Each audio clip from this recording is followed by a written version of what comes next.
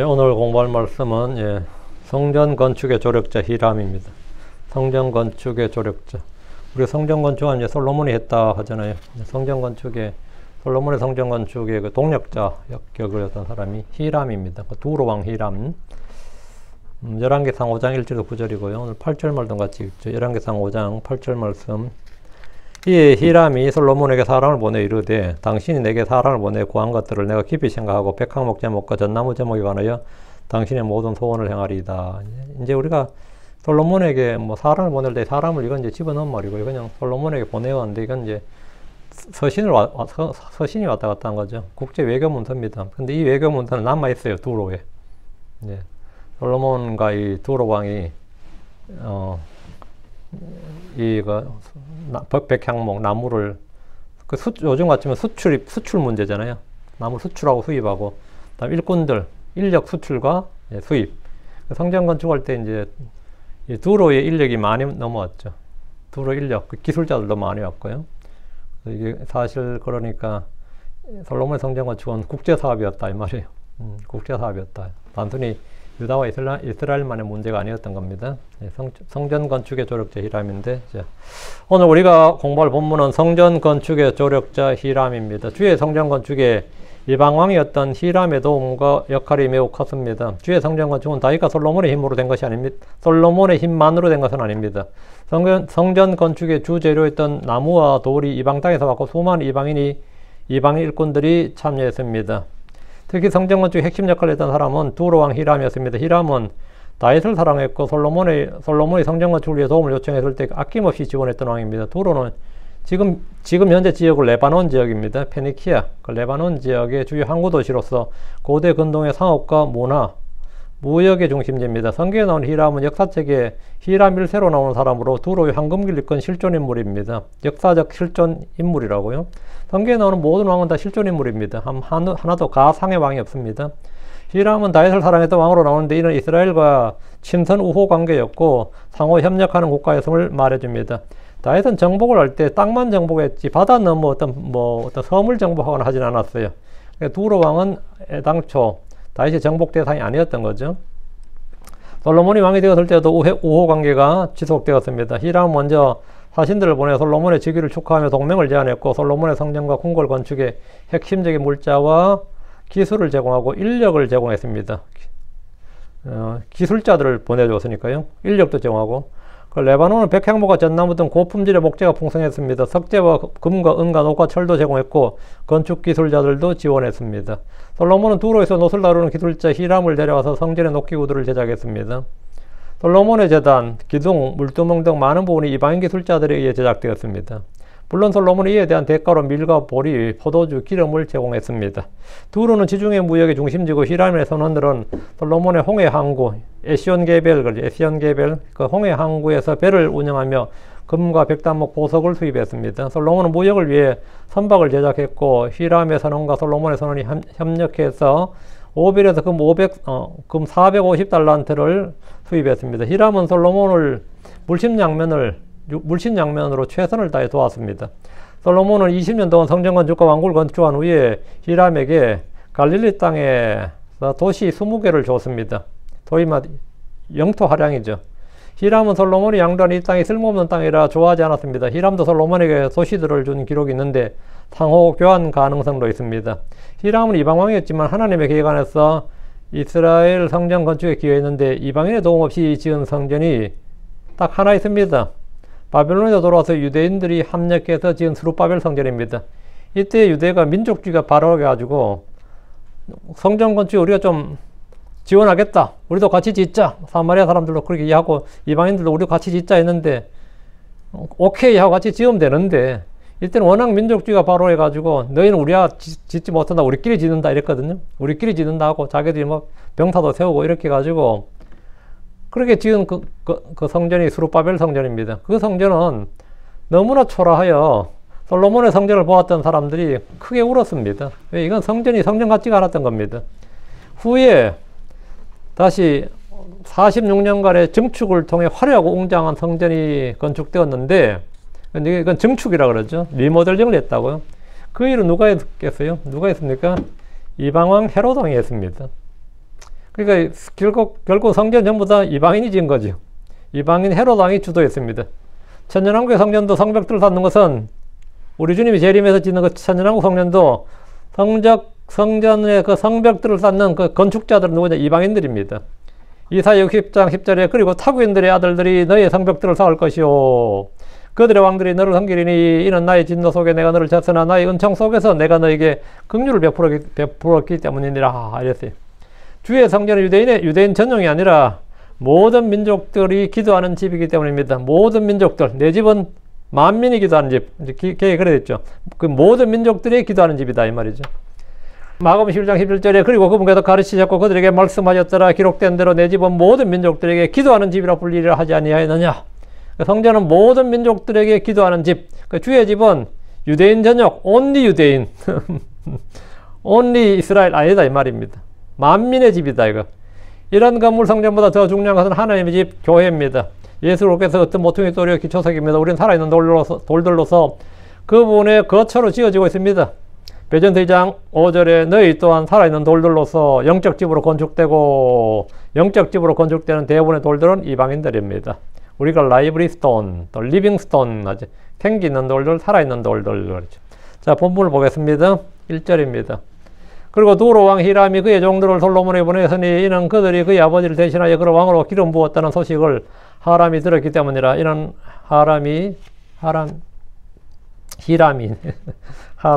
히람이 항상 다윗을 사랑하기 때문이라. 두로 왕 히람은 다윗을 이어 솔로몬이 왕이 되자 그의 종들을 솔로몬에게 보냈습니다. 축하 사절단을 보낸 겁니다. 어느 나라나 대통령 취임을 해도 제일 먼저 전화 걸고 카드 보내요. 그리고 나서 특사를 보내지. 보통 그렇게 합니다. 지금도. 근데 히람이 당연히 솔로몬 당시 제국인데 이스라엘 최고 지금 잘 나가는 국가인데 왕이 바뀌면 당연히 새 왕에게 사절단을 보내는 거죠. 이는 앞으로 솔로몬과의 외교를 원활하게 하기 위한 겁니다. 보통 새로운 왕이 즉위할 때 주변 나라들에서 특사를 파견하고 예물을 보냅니다. 두로 왕 히람은 솔로몬이 다윗을 대신해서 왕이 되었을 때 자기 종들을 보내 축하했습니다. 이는 히람이 항상 다윗을 사랑하기 때문이라 했는데 히람은 다윗이 왕일 때 친선 우호 관계를 맺었고 통치자들 간에 깊은 친교가 있었습니다. 이거 참 중요한 겁니다. 통치자들 간에 서로 친하다. 서로 말이 통한다. 이 관계를 맺어주는 게 너무 중요한 겁니다. 근데 통치자들 간에 서로 악감이 있다든가 이렇게 해버리면 외교에 항상 트러블이 생기는 거죠. 통치자들 간에 깊은 교제가 있었다 하면 다윗에게 가장 깊은 교제가 있었던 왕이 누구냐 그러면 두로 왕 히람이었다. 히람은 다윗이 왕이 되었을 때 백향목들과 목수들과 석공들을 보내서 그들이 다윗을 위하여 집을 지어줬습니다. 이게 완전히 진짜 그럴싸한 선물 한번 해버린 거죠. 다윗에게 왕궁을 지어주는 게 누구냐? 히람 왕이었다. 히람 왕이 다윗에게 왕궁을 지어줬다. 요즘 중동의 어느 나라가 트럼프한테 전용기 하나 줘버렸잖아요. 전용기 하나 줘버렸다. 이런 거 있죠. 이걸로 쓰라. 이렇게. 비난 겁니다. 다윗은 이 일을 통해 주께서 자기를 이스라엘 다스릴 왕으로 세우신 것과 그의 백성 이스라엘을 위하여 그의 왕국이 높여진 것을, 그의 왕국을 높이신 걸 알았습니다. 히람을 통해서 다윗을 하나님의 손길을 느꼈다. 하나님 나를 참 이스라엘 왕으로 세우셨구나. 물론 다윗은 내적으로 주의 기름 부으심을 통해서 또 사무엘의 기름 부음을 통해서 말이죠. 예언자를 통해서 자신이 주께서 택하신 왕이고 주님이 선택하신, 주님이 부르신, 주님이 기름 부으신 왕이라는 사실을 알았지만 이 밖으로는 히람 왕의 자발적인 도움을 통해서 하나님께서 자기를 왕으로 삼았다는 사실을 분명히 알았습니다. 목사들이나 선교사들도 내적인 부르심도 중요하죠. 가장 중요한 게 내적인 부르심인데 내적인 부르심 외에 외적인 도움의 손길을 받을 때 주의 부르심과 택하심을 스스로 알고 확신할 때가 많습니다. 지금 여기 얼바인 쪽에 유명한 목사 있는데 목적이 이끄는 사람 누구죠? 리고렌인가? 그 양반 누구 그거 나와요. 자기가 첫 집회하는데 장소도 없는 공간에서 첫 예배를 텍사스에서 왔어. 이제 거기서 신학교 나왔어요. 여기 캘리포니아에서 첫 예배를 드리는데 어떻게 크게 찾아온 사람이 헌금을 되게 많이 했다고 그러더라고요. 자기는 그거 보고 자기가 부르심을 받은 줄 알았다잖아요. 그 외적인 거지, 그거는. 자기 이름도 없는, 아무 이름도 없는 자기에게 자기 설교를 듣고, 하나님 말씀 듣고 은혜 받아가지고, 은혜 받는 성도들이 나타나면서 자기에게 그렇게 막 한 걸 보고 자기 책에 나와요, 그게. 내가 뭐 이걸 가지고 하는데, 그것도 맞는 거지. 지금 다윗도 그랬다 이거죠. 히람 왕이 궁궐 지어주니까, 응? 하나님의 손길을 그냥 느끼는 거죠. 응? 선교사도 마찬가지입니다. 목사들도 그런 거 굉장히 많아요. 내적인 부르심 외에 외적인 한계나 외적인 사람들의 도움의 손길을 받을 때 주의 부르심과 택하심을 스스로 알고 확신할 때가 많이 있습니다. 이방왕 히람이 신속히 사절단을 보낸 행위는 단순한 우정이 아니라 국제무역로와 국경안정을 보장하는 지정학적 동맹을 갱신하려는 외교적인 결단이었습니다. 상업국가죠. 두로는 상업국가입니다. 무역 상업이에요. 해상무역이라고. 상업국가의 왕으로서 히람은 신흥강국 이스라엘의 우호를 통해서 안정적인 백향목 수출 시장을 확보하고 나머지 무역 항로도 완전히 확보를 하는 겁니다. 고대 근동에서 새 왕을 축하하는 것은 새 왕권을 인정하고 기존 조약을 갱신하겠다는 의지의 표명이었고, 이 모든 과정은 성전 건축이라는 대역사를 위한 하나님의 섬세한 준비였습니다. 하나님께서는 성전 건축이라는 거룩한 사역을 위해서 다윗 통치 기간 동안 주변 정세를 정리하시고 이방왕 히람의 마음까지 움직이셨습니다. 히람은 다윗을 사랑하면 개인적인 감정을 넘어서 하나님께서 이스라엘을 위해 예비하신 평화와 자원의 통로였습니다. 성전 건축의 첫 단계부터 이방왕이 협력했다는 사실은 장차 이 성전이 유대인뿐만 아니라 모든 민족이 기도하는 집이 될 것이라는 예언적 그림을 보여주는 겁니다. 성도 또한 내적인 소명 외에 외부에서 주어지는 구체적인 도움의 손길을 통해서 하나님의 부르심을 더욱 확신하게 됩니다. 우리가 영구적인 사역을 감당할 때 필요한 물질과 기술과 협력은 하나님께서 이미 세상 가운데 예비해 두신 조력자를 통해서 공급됨을 믿고 인정해야 됩니다. 2절입니다. 솔로몬이 히람에게 보내어 말하기를, 솔로몬도 히람에게 도움을 요청했습니다. 히람에게 뭘 보냈냐? 사절단을 보낼 수도 있고, 사람을 보낼 수도 있고, 또는 편지를 보낼 수도 있고요. 하여튼, 히람에게 보내어 말하기를, 히람이 보낸 사절단을 통해서 아니면 자신의 종들을 보내어서 성전 건축에 필요한 것들을 요청하기 위함입니다. 솔로몬은 제4년째 성전 건축을 시작했는데 그 전에 성전 건축을 위해 필요한 기술자들, 나무와 돌과 금과 은과 녹과 철과 같은 건축 재료들을 충분히 확보하기 위해서 두로 왕 히람에게 도움을 요청했습니다. 솔로몬이 히람에게 보낸 서신은 두로의 공식 문서 보관소에 보존되어 있었다. 이게 요세푸스 역사에도 이게 나옵니다. 공식 문서로 기록되어 있었다, 이렇게. 이는 두 왕 사이의 소통이 단순한 구두 요청이 아니고 국제법에 준하는 공식적인 조약 체결을 했다는 사실을 보이는 겁니다. 솔로몬은 왕의 권위를 사용하여 개인적인 목적이 아니라 하나님의 이름을 위한 성전 건축을 위해 도움을 요청했습니다. 하나님께서는 하나님의 목적, 당신의 목적을 이루시기 위해서 세상의 권력과 지원, 또 이 왕의 권위나 히람의 부유함, 이런 것까지 왕들의 마음까지 다 움직이시고 사용하십니다. 성전 건축은 솔로몬 제4년째 시작되었지만 그 전에 충분한 물자와 인력 확보를 위해서 외교적 실무적 준비가 선행되었습니다. 영적인 사역을 할지라도 세상적인 지혜와 사람들의 도움을 따라서 준비하는 것이 중요합니다. 3절입니다. 당신도 알거니와 나의 아버지 다윗이 사방에서 그를 둘러싼 전쟁들 때문에 그의 하나님 주의 이름을 위한 집을 건축할 수 없었으니 주께서 그들을 그의 발바닥 밑에 두실 때까지라. 솔로몬이 히람에게 보낸 일종의 공식 문서 내용, 공문서 내용입니다. 외교문서예요. 이건 외교문서. 히람 왕도 다윗이 성전 건축을 계획한다는 정도를 알고 있었습니다. 그리고 다윗이 평생 동안 주변 나라들과 전쟁을 한 것도 잘 압니다. 다윗이 성전 건축을 하려 했지만 사방에서 그를 둘러싼 전쟁들 때문에 주의 집을 건축할 수가 없었습니다. 성경은 주께서 다윗이 말이에요, 피를 많이 흘린 사람이기 때문에 주의 집을 건축하지 못한다 이렇게 돼 있죠, 성경에. 그런데 지금 솔로몬은 다윗이 만약 성전 건축을 강행하면 하죠, 왕이니까. 근데 만약 다윗이 성전 건축을 강행했다면 백성들은 다윗 시대에 전쟁을 해서 계속 군역에 동원됐죠. 백성들은 젊은이들이 계속 군역에 동원될 뿐만 아니라 또한 오랫동안 수많은 장정들이 노역에 동원되어야 됩니다. 그냥 군역과 노역을 동시에 감당해야 되는 거죠. 이것은 왕국을 멸망으로 몰고 갈 수 있는 재앙입니다. 군역만 해도 힘든데 군역도 하면서 지금 노역에까지 성전 건축이라는 이름으로 노역까지 동원해버리면 못 살죠. 이거는 이제 나라 말아먹겠다는 뜻이지.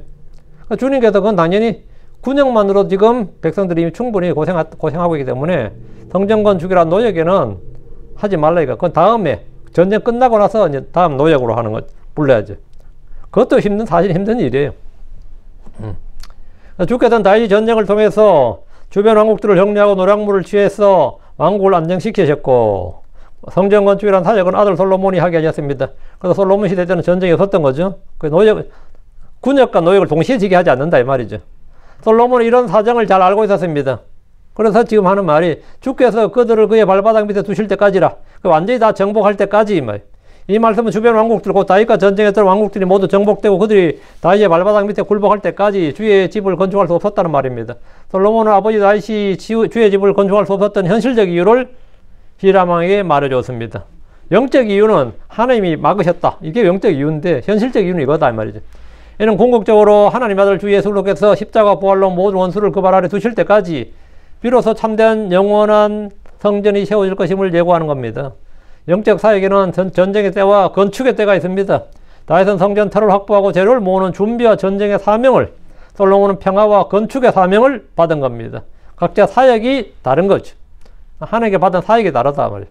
우린 자신의 삶과 사역에서 어떤 시점에 서 있는지 하나님의 뜻을 정확히 분별해야 됩니다. 내가 지금 해야 될 일이 뭔가. 4절입니다.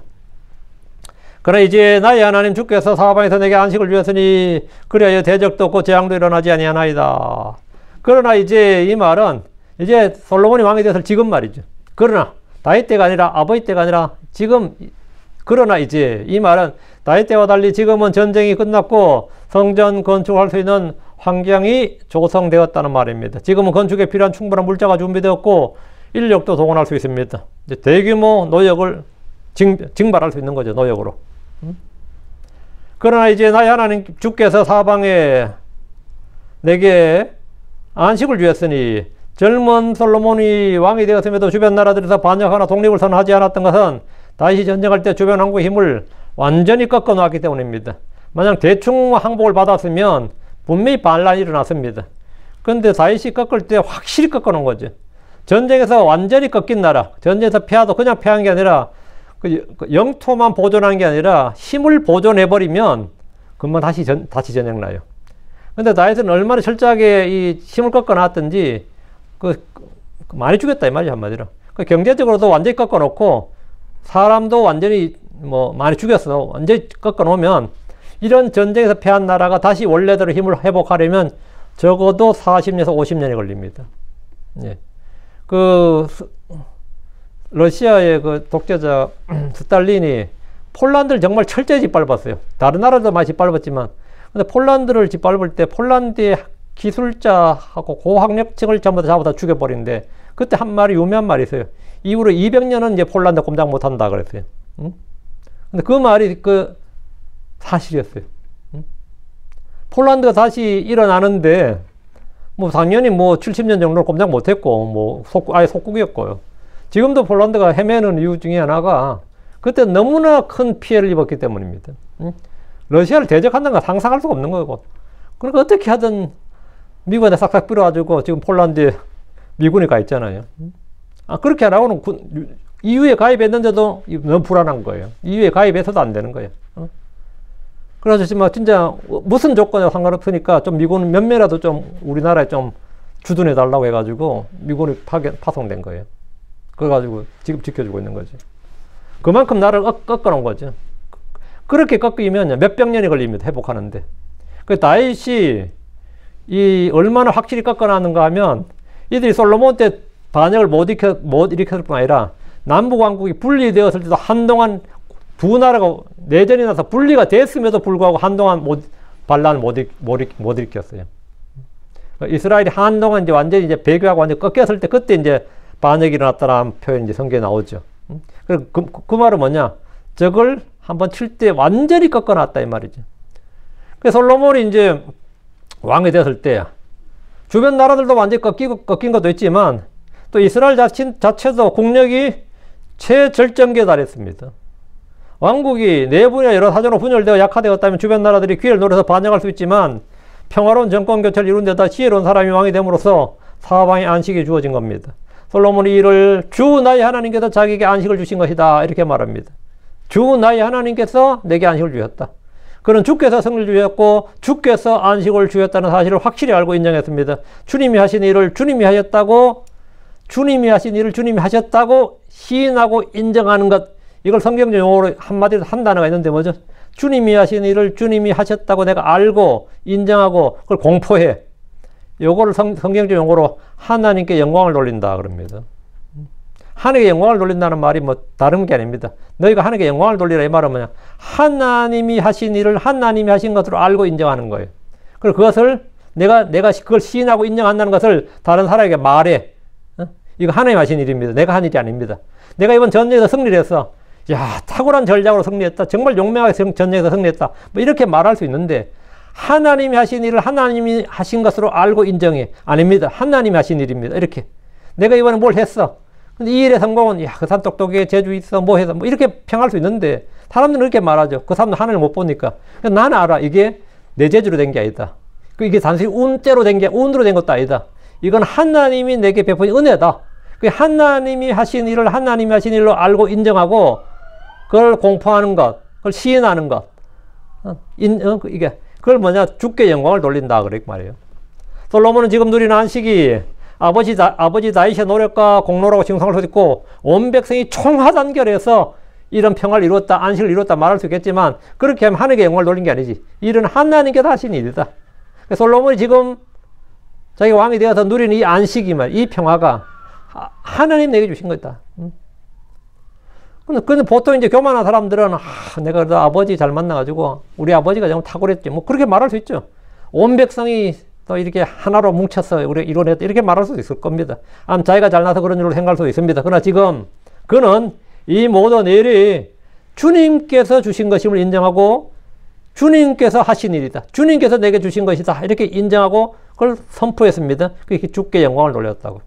우리가 지금 누리고 있는 모든 것이 주님의 은혜고 내가 가진 모든 것이 주께서 내게 주신 것이라는 사실을 인정합니까? 그 사람이 하나님께 영광을 돌리는 사람이에요. 내가 지금 이렇게 사는 게 내가 찌질하게 사는지 뭐 불평불만한지 모르겠지만 내가 만족하고 산다면 그것은 전부 다 하나님께서 주신 겁니다. 내가 지금 만족하고 산다면 그거 하나님께 주신 거예요. 그 만족하게 산 걸 하나님께 주신 것을 인정하면 그게 하나님께 영광을 돌린 것이고 그걸 내가 잘 인정하고 하나님께 뭘 한다고요? 그게 감사야. 그걸 내가 인정하고 그걸 생각하는 거예요. 하나님이 하신 걸 생각하는 그게 감사한다 그래. 감사한다. 그 하나님 은혜인 걸 감사하면 당연히 하나님을 감사합니다 말해야 되죠. 감사의 제물 드리는 게 그걸 이제 주께 찬양 드린다 그런 겁니다. 그게 다 이렇게 연결되는 거지. 그게 영적 생활이에요. 그게 감사와 찬양, 하나님께 영광을 돌린 거죠. 내가 지금 내가 된 것이 내가 지금의 내가 되고 내가 한 일, 내가 이룬 모든 일들이 하나님의 은혜고 주의 은혜로 된 일임을 알고 인정해야 됩니다. 인정하십시오. 그것이 하나님께 영광을 돌리는 삶이고 그것이 뭐다? 감사를 드리는 삶이에요. 다시 4절. 그리하여 대적도 없고 재앙도 일어나지 아니하나이다. 대적도 없고 재앙도 일어나지 않는 건 왜 그런 것 같아요? 하나님이 안식을 주셨다는 거죠. 주께서 안식을 주신 결과입니다. 솔로몬이 왕이 된 후 대적도 없고 재앙도 일어나지 않았습니다. 주님이 주신 평강은 완전한 평강입니다. 구약시대에 주신 복은 현세적이고 물질적이고 땅에 관한 것이며 육신에 속한 겁니다. 전쟁이 없는 것은 평안이고 안식입니다. 당연히 이게 안식이지. 이게 평안이고. 신약에서 하나님이 우리에게 주신 평안, 이거는 영과 혼에 관한 것으로 영적이고 눈에 보이지 않는 겁니다. 우리의 싸움, 전쟁이 혈과 육에 관한 것이 아니라 영적 전쟁입니다. 에베소 6장 12절에 이는 우리가 살과 피를 대적하여 싸우지 아니하고 도리어 정사들과 권능들과 이 세상 어둠의 치리자들을 대적하여 높은 처소들에 있는 영적 사악함을 대적하여 싸우느니라. 우리의 전쟁 무기 역시 칼과 창이 아닙니다. 모세나 여호수아 사사들이 싸웠던 사람들은 주변 나라의 이교도들 이방인들이었습니다. 사울과 다윗이 싸웠던 상대들도 마찬가지입니다. 그러나 우리는 외국 군대와 싸운 것이 아닙니다. 반대편 어떤 전쟁 동족들과 싸운 것도 아니에요. 진리의 말씀을 올바로 나누어 공부하지 않으면 구약을 신약 성도들에게 적용함으로써 오류를 범하게 됩니다. 고린도서 10장 3절 4절 이는 비록 우리가 육신 안에 걸을지라도 육신 안에서 걸을지라도 우리가 육신을 따라 싸우지 아니하기 때문이라. 이는 우리의 전쟁 무기도 육신에 속하지 아니하고 다만 하나님을 통해 강력하여 강한 요새들을 무너뜨리기 때문이니라. 우리에게 주어진 전쟁이 영적 전쟁이고 그럼 우리에게 주어진 평안과 안식은 뭐죠? 자유는 다 영적인 평안, 안식, 자유인 거죠. 예. 다 영적인 겁니다. 우리에게 주신 복도 마찬가지입니다. 하늘에 속한 영적인 복들입니다.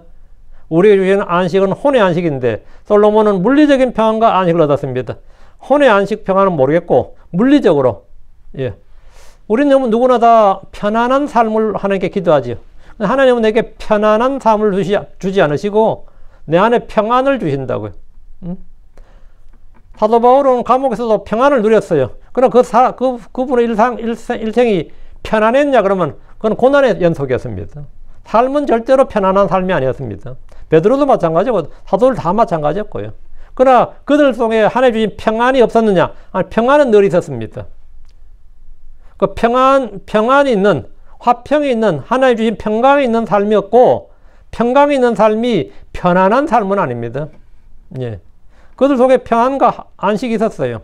우리 성도들이 주신, 하나님 주신 영적인 모든 것은 바로 그런 하나님 주신 평안, 예. 안식, 자유, 희락, 기쁨, 희락 다 같은 말이고요. 이런 건 주님 우리에게 주신 건데, 내 안에 기쁨이 있다고 해서 내 삶이 편안한 건 아닙니다. 내 육신이 편안하지 않다고. 육신은 하루 종일 일해야 될 때도 있고요. 돈이 없어가지고 막 절절 맬 때도 있고, 몸이 아파가지고 막 허덕댈 때도 있고, 사실을 사고 쳐가지고 막 미칠 때도 있고 그렇습니다. 근데 그걸 모든 걸 이겨낼 수 있는 뭐가 있어야 된다? 주님 주신 평강이 있어야 된다. 평강이 있어야 된다. 주님 우리에게 주신 것이 바로 뭐냐? 두려움이 아니라 권능과 평안, 건전한 생각형. 또 주님께서 능력, 하나님 왕국이 말에 있지 않고 권능에 있다고 그랬잖아요. 사랑과 능력과 능력이나 권능이죠. 사랑과 능력과 건전한 생각의 영이니라. 디모데후서 1장 7절에 나오는 말씀인데, 여러분 안에 지금 뭐가 있는지를 생각하시면 됩니다. 우리에게 있는 게 무언가, 주님 우리에게 주신 게 무엇인가. 5절입니다. 그리고 보소서 내가 주 나의 하나님의 이름을 위해 한 집을 건축하려 작정하나이다. 이는 주께서 나의 아버지 다윗에게 말씀하시기를 내 아들 곧 내가 내 자를 지어 내 왕자 위에 세울 자가 내 이름을 위하여 한 집을 건축하리라 하셨음이니이다. 솔로몬이 다윗에게 주신 하나님의 말씀을 기억하고 있는 거죠. 이건 당연히 다윗이 알려줬겠지만 솔로몬은 성전 건축을 하려는 계획을 하람에 알렸습니다. 드디어 솔로몬은 성전 건축을 선포했습니다. 그리고 보소서 내가 나의 하나님의 이름을 위해 한 집을 건축하려 작정하나이다. 성전 건축은 아버지 다윗의 유언이며 솔로몬의 주신 소명입니다. 그는 태어나기 전에 이미 성전 건축자로 선택되었습니다. 솔로몬은 다윗이 받은 주의 말씀을 알고 있습니다. 지금 이는 주께서 나의 아버지 다윗에게 말씀하시기를 내 아들 곧 내가 내 자를 지어 내 왕자 위에 세울 자가 내 이름을 위하여 한 집을 건축하리라 하셨음이니이다. 솔로몬은 다윗을 통해서 자신이 성전 건축을 위해 부름받은 사람이다. 성전 건축에 소명이 있다 이거죠. 하나님께 받은 사명이 있다 이거죠. 솔로몬이 이 말씀에 따라 주께 한 집을 건축하기로 작정했습니다. 솔로몬은 이 성전이 나를 위한 집이 아니라 주 나의 하나님의 이름을 위해 한 집을 건축하여 주 나의 하나님 이름에 한 집을 건축하려 합니다. 한국말이 이름에게 하면 한국말이 안 돼서 이외라고 했는데 언투예요 사실 이게. 주 하나님께 한 집을 건축하려 함이라 했는데 킹잼성에 하나님이 아니라 하나님 이름까지 나와버리니까 주 나의 하나님의 이름에게 한 집을 건축하려, 이게 한국말 너무 어색해서 그냥 주 나의 하나님의 이름을 위해 한 집을 건축하려 이렇게 했어요. 성전은 하나님의 이름이 머무는 장소, 즉 하나님의 권위와 성품이 드러나고 언약이 기억되는 장소입니다. 여기서 잠깐 성전에 대해서 좀 다루고 넘어가겠습니다. 성경에서 성전은 총 3번 건축되는데 솔로몬의 성전 건축이 처음입니다. 그러나 이 성전은 유다의 배교로 멸망과 더불어 바벨론 군대에 불타고 무너집니다. 두 번째 성전은 바벨론 포로에서 돌아온 유대인들이 그들의 힘으로 성전을 건축했습니다. 스룹바벨이 주도한 성전 건축이어서 이 성전은 이제 흔히 스룹바벨 성전, 제2성전이라 부릅니다. 두 번째 성전이다 이 말이죠. 이 성전은 규모가 작고 초라했습니다. 훗날 헤롯 왕이 이 성전을 리모델링해서 크고 화려한 성전이 됩니다. 그러나 이 성전은 주 70년에 로마군에 의해 불타고 무너집니다. 그 후 지금까지 주의 성전이 이 땅에 존재하지 않습니다. 그리고 얼마 지나지 않아서 이 땅에 다시 성전이 지어질 것인데 이걸 제3성전, 세 번째 성전이란 말이죠. 유대인들은 지금이라도 예루살렘에 성전을 지을 모든 준비를 완료한 상태입니다. 모든 건축 자재를 이미 돌이나 이런 건 다 준비되어 있고 땅이 지금 준비가 안 돼 있어요. 예루살렘에 땅이 준비가 안 돼 있어. 예루살렘이 지금 쪼개져 있어가지고 성전을 못 짓고 있는 거죠. 성전을 지을 준비는 완전히 마친 상태입니다. 때가 되면 예루살렘의 성전이 건축될 것인데, 요거는 다니엘 11장 31절, 12장 1절, 그리고 마태복음 24장 15절, 데살로니가후서 2장 3절, 4절 말씀에 따른 겁니다. 이 성전은 흔히 제3성전이라 부릅니다. 그러나 이 성전은 전혀 불필요한 성전입니다. 우리 주 예수님께서 살아있는 성전이시고 믿는 성도들의 몸인 교회가 주의 집이기 때문입니다. 교회는 주 하나님의 집입니다.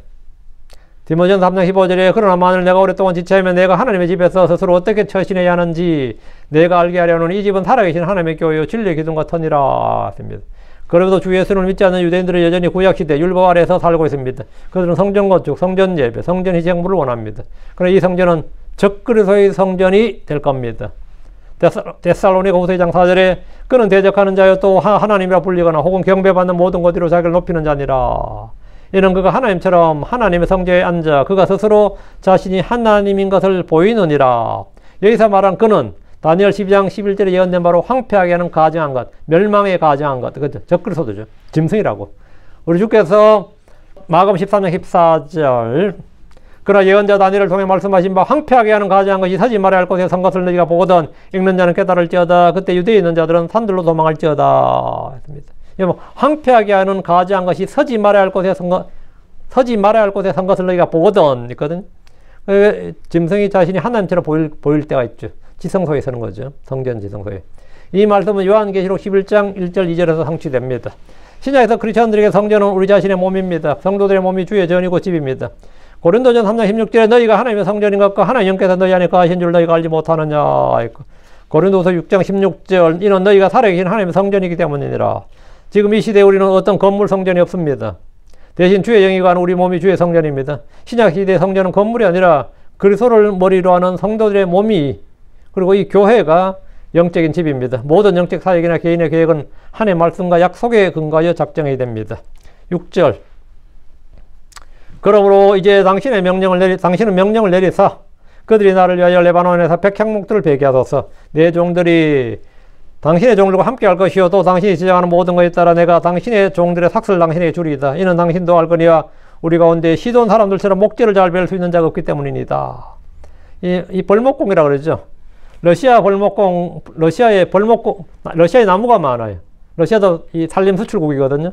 벌목할 사람이 적단 말이죠. 그래서 북한에서 벌목공 보내잖아요. 그렇지.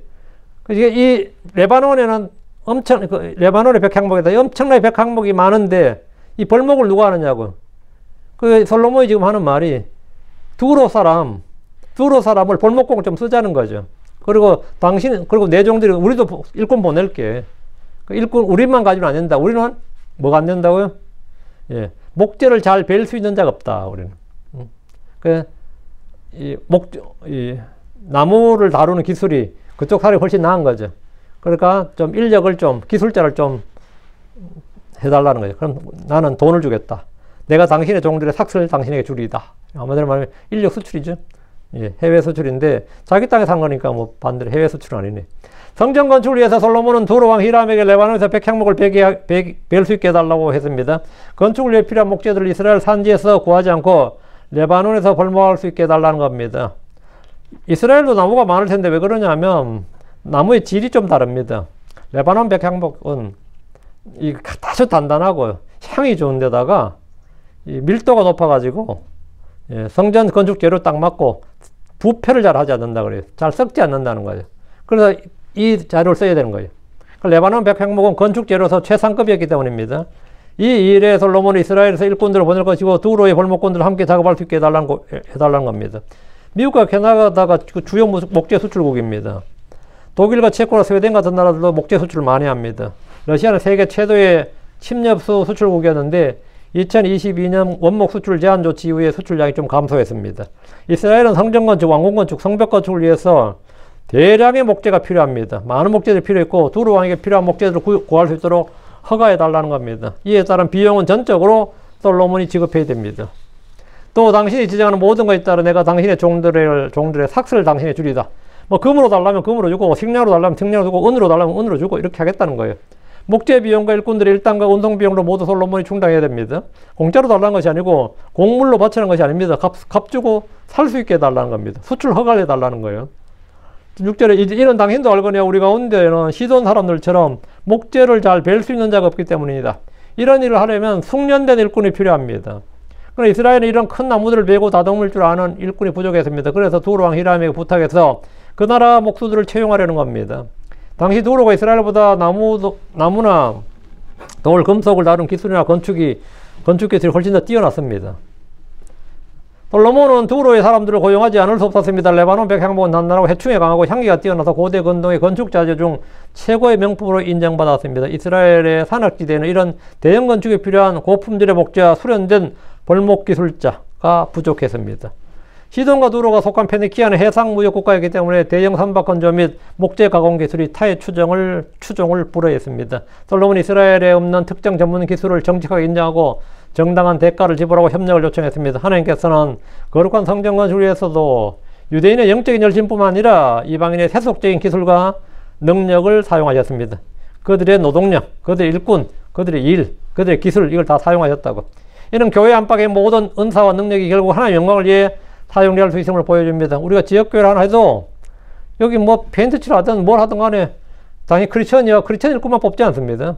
그건 일 잘하는 사람, 돈 맞는 사람 뽑아가지고 일 맡긴 거지. 그래도 교회 건축하는데, 교회한테 다 일꾼을 크리스천으로 써야죠. 이럴 수는 없는 거죠. 그건 말 같지 않은 소리고, 아무도 그렇게 하지 않습니다. 솔로몬이 이 거룩한 성전을 짓는데 어떻게 할례받지 않은 이방인들, 이교도들을 일꾼으로 쓰겠느냐. 그런 건 같지 않은 소리고, 그냥 쓰면 됩니다. 그런 거 따질 거 아니에요. 그런 거 따지는 건 등신 같은 짓이에요. 솔로몬이 이스라엘의 부족함을 겸손하게 인정하고 강제노역이 아니라 정당한 대가를 지불하겠다고 약속했는데, 교회 사역에서도 우리는 각자의 부족함을 인정하고 외부의 전문적인 도움을 받을 때 공정하고 정직하게 대가를 치르는 윤리적인 자세를 가져야 됩니다. 교회 일하는데 그냥 봉사하시죠. 그건 말 같지 않은 소리고 삭슬 지불해야 됩니다. 7절입니다. 그리고 이런 일이 있었으니 히람이 솔로몬의 말들을 들었을 때 그가 크게 기뻐하며 말하였더라. 이날 주께서 복되시나이다. 주께서 이 큰 백성 위에 다윗에게 지혜로운 하나들을 주셨도다. 솔로몬의 요청에 두로 왕 히람은 크게 기뻐하며 말했습니다. 이는 히람이 성전 건축에 매우 적극적이었음을 보여줍니다. 그는 다윗을 사랑했을 뿐 아니라 솔로몬에 대해서도 우호적이었습니다. 이날 주께서 복되시나이다 했는데 이방 왕인 히람이 이스라엘의 주 하나님을 인정하고 찬양하는 것은 그가 주 하나님을 알았다는 증거입니다. 그는 어떤 유대인보다 더 유대인다운 발언을 합니다. 주께서 이 큰 백성 위에 다윗에게 지혜로운 하나들을 주셨도다. 히람은 솔로몬을 하나님께서 다윗에게 주신 아들을 이렇게 인정했는데 다윗에게 많은 아들들이 있었고 그 중에 외모가 뛰어난 아들들도 있었습니다. 다윗의 아들들 중에는 반역자들도 있었고 음행하는 아들도 있었습니다. 그 중에 솔로몬은 하나님이 사랑하시고 택하신 아들이었습니다. 지혜로운 아들이었다고. 히람은 솔로몬을 높게 평가하고 있었는데 이는 그의 지혜가 세상에 널리 알려졌기 때문입니다. 우리 역시 주를 믿는 믿음의 선한 행위로 거룩한 행실을 통해서 세상에 우리가 주의 종인 것이 알려져야 됩니다. 이것이 하나님께 영광을 돌리는 일입니다. 그 사람은 정말 크리스천이지. 내가 아는 크리스천이 수백 수천이 넘어도 진짜 진정 크리스천이라는 사람 그 사람이지. 이 정도는 돼야 돼요. 크리스천이. 특히 킹제임 성경에 믿는 크리스천이라면 나도 크리스천 많이 만나봤는데 그 사람은 하나님 사람, 진짜 믿는 사람이더라. 진짜 믿는 사람 내가 인정한다. 이렇게는 돼야죠. 이렇게는 돼야죠. 8절입니다. 그리고 히람이 솔로몬에게 보내며 말하였더라. 당신이 내게 보낸 그 일들을 내가 깊이 생각하였노라. 그리고 내가 당신의 모든 소원을 행하리니 곧 백향목의 제목에 관한 것과 전나무의 제목에 관한 것이니라. 목재가 더 나은데 백향목의 목재에 관한 이 말이 좀 꼴려가지고 백향목의 제목 이렇게 했는데요. 전나무의 제목. 예.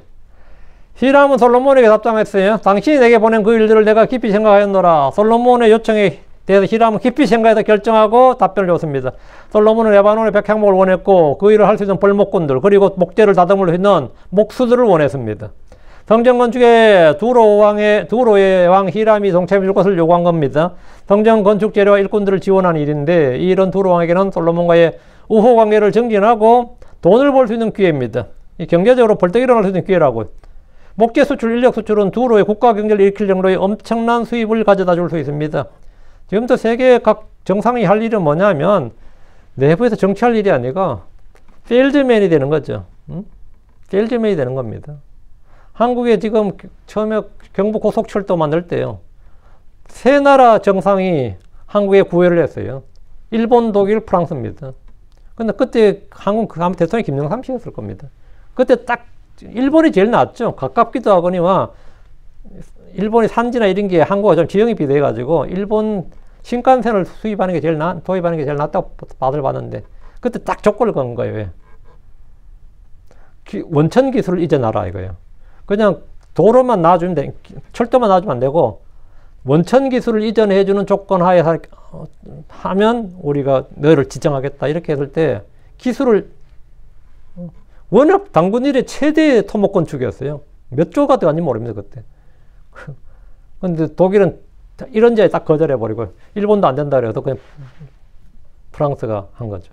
그래서 느닷없이 프랑스가 프랑스 기술자들 때 한국이 많이 와서 프랑스 촌도 생기고 막 그랬습니다, 그때.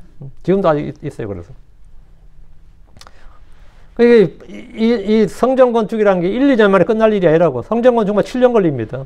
왕궁 건축 13년, 총 20년짜리 작업이 유대 이스라엘의 국가적 사업 20년짜리 토목공사가 지금 시작되는데, 두로 왕은 20년을 뭡니까? 돈 버는 거예요, 이거는. 이건 20년간 그냥 꿀 빠는 역을 엄청난 수입을 가져줄 수 있는 거라고.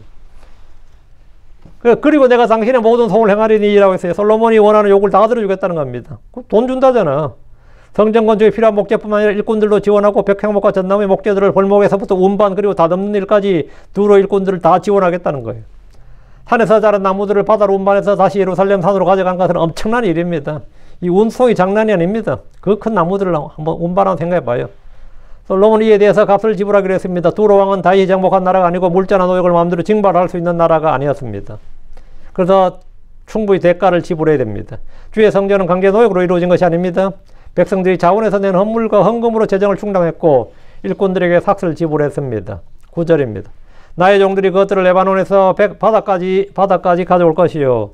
내가 바다 위로 뗏목들에 실어 당신께서 내게 정하여 줄 그 장소까지 운반하고 거기서 그것들을 내려지게 하리니 당신께서 그것을 받으시리다. 그리고 당신께서 내 집을 위한 음식들을 주심으로 내 소원을 이루시리다. 두로 히람은 종들에게 나무들을 잘라서 레바논에서부터 바다까지 운반하라 했는데, 그리고 바다 위로 뗏목들을 실어서 이스라엘로 보낸 겁니다. 그리고 이것들을 솔로몬이 지정한 장소까지 운반하고 그것들을 내려서 목재를 다듬어서 예루살렘으로 보내야 됩니다. 이거 엄청난 일이죠. 한국에도 이런 일이 한번 있었는데, 대원군이 경복궁 질 때 나무가 서울에서 찍은 거 아닙니다. 저 압록강 두만강에서 잘라서 보내는데, 그걸 뗏목으로 바다로 보내서 그걸 한강으로 해가지고 서울 한양까지 갖고 온 겁니다, 그게. 상당히 기술이 좋았던 것 같아요. 그게 배로 싣고 할 수 있는 건 아니에요. 그 무게가 그렇게 안 되거든요. 왕창 묶어가지고, 뗏목을 묶어가지고 그냥 떠내려 보내는 겁니다. 떠내려 보내는 거죠. 그래서 당신께서 그것들을 받으시리다 이랬죠. 솔로몬은 두로에서 나무들을 받아서 그 나무들을 그 나무들로 주의 집을 건축하고 왕궁을 건축하고 성벽을 건축할 겁니다. 이 일은 무려 20년에 걸리는 대공사였습니다. 솔로몬은 목재를 받고 두로에게 양식을 주기로 했습니다. 그리고 당신께서 내 집을 위한 음식들을 주심으로 내 소원을 이루시리다 했는데, 두로는 바다로 둘러싸인 산악지대예요. 수산물과 임산물은 많았지만 농산물이 부족했습니다. 실제로 이 지역은 식량을 생산할 수 있는 평야지대가 너무 적었습니다. 땅은 비옥했지만 경작 면적이 넓지 않았기 때문에 양식을 늘 수입해야 됐습니다. 그들이 원하는 것은 뭐죠? 식량이었다 이거죠. 두로 왕 히람이 내 집을 위한 음식물을 갈 때 이 음식이란 것은 양식으로 대금을 지불하라 이 말입니다. 음식보다 양식이 좀 낫겠네, 저래. 푸드인데, 푸드는 양식도 되고 음식도 되고 식량도 되죠. 식량이 좋겠다, 식량. 네. 그럼 내 집을 위한 식량들을 주심으로 내 소원을 이루시리다. 이러면 되겠네. 일종의 물물교역입니다. 현물교역은 고대뿐만 아니라 지금도 행해지고 있는 가장 기본적인 상거래입니다. 대부분의 나라는 달러나 유로화로 결제하지만 광물 자원을 받고 공산품이나 양식을 주는 것도 흔한 일입니다. 솔로몬과 히람은 서로의 필요를 교환했습니다.